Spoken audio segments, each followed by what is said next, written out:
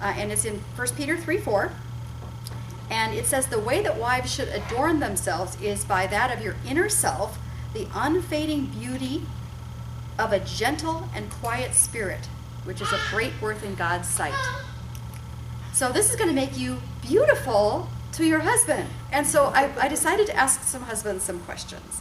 I asked, these were all Christian husbands. Their ages were like from 30 to 60, so it's just kind of a real broad sampling. I asked them, is this instruction to wives still relevant today? Or is this something that was just for that culture 2,000 years ago? Every single husband said it's still relevant today. Every single one said yes. So then I said, is it important to you personally that your wife generally displays a gentle and quiet spirit? Every single husband said yes. Wow. I mean, that's interesting. I kind of expected some to say, well, but they all said yes. So then I said, okay, if you answered yes to that question, which they all did, can you explain what this gentle and quiet spirit looks like to you? What do you think that means even? So now this is where we're going to get their interpretation and what they want, right? So I thought so I actually wrote out everything they said. Do you want to hear what they said? Yeah. Because it's really interesting to me. And again, these are guys from 30 to 60, and they're in no particular order, so I'm just going to read what they said. So husband one said, to me it means being not hostile, argumentative, or pushy. I do not mean that wives cannot have a different opinion, nor do I think they should not defend their opinions if they believe in them. However, we should be on the same team. And the three adjectives I listed are not conducive to team play, the argumentative, hostile, and pushy thing. Men need to guard against that behavior. So he's saying, don't be hostile, don't be argumentative, don't be pushy. Okay, let's go to husband number two. To him, this gentle and quiet spirit thing means she is humble, she trusts me, and doesn't question me about all my decisions unless I'm acting in a really absurd way. She is respectful, but she's not condescending. Condescending would be that kind of like almost, do you know what the word condescending means? It means if you act respectful, but it's kind of like sarcastic respectful, like, oh yes, whatever you say. It's just, it's kind of phony-ish. Okay, so that was husband number two. Number three said, several Proverbs explain this well.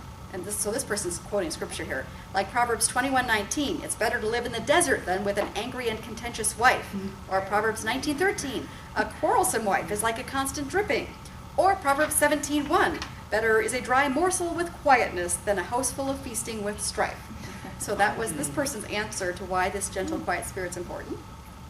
Husband number four. A gentle and quiet spirit is always a good thing, attractive to many men. I don't think this implies that women be required to be a doormat. Women in the Gospels were prominent. A gentle and quiet spirit is one that is not contentious or argumentative. It has nothing to do with not expressing your opinion. So we're getting a theme going here, aren't we? It's not argumentative. You're not arguing all the time. Let's go to the next husband. A gentle, quiet spirit is calm in the face of challenges in daily life or in relationships. It is a presumption that God's plan is good even if we can't understand it. It represents faith and trust in God, as well as faith and trust in the relationship, to the extent that even trials are part of God's plan for our growth. So this person is describing a really... It's one of the 60-year-olds. Kidding. Billy Will. Who is that? I had it coded for myself, but now I can't read my own code. I don't know what those initials stand for.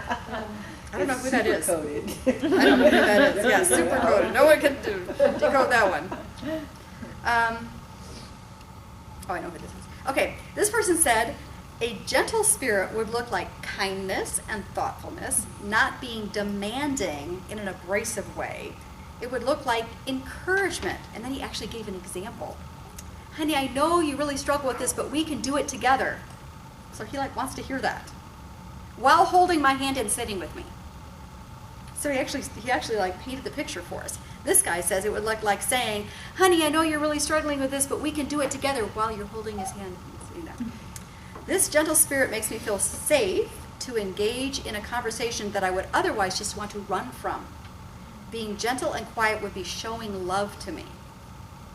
I thought these guys really explained this well. Okay, one more, or two more. This next guy was short and sweet. He just said, this gentle, quiet spirit is having a calm temper, purity, and just being gentle with me. And then the last guy, this is the youngest guy, I think. Says, in my experience, when I have been heading down a path that is not godly, or I'm about to make a decision that is not the best, or is not wise, when my wife is quiet and submissive even then, I find that it encourages and even drives me to ask her what she thinks.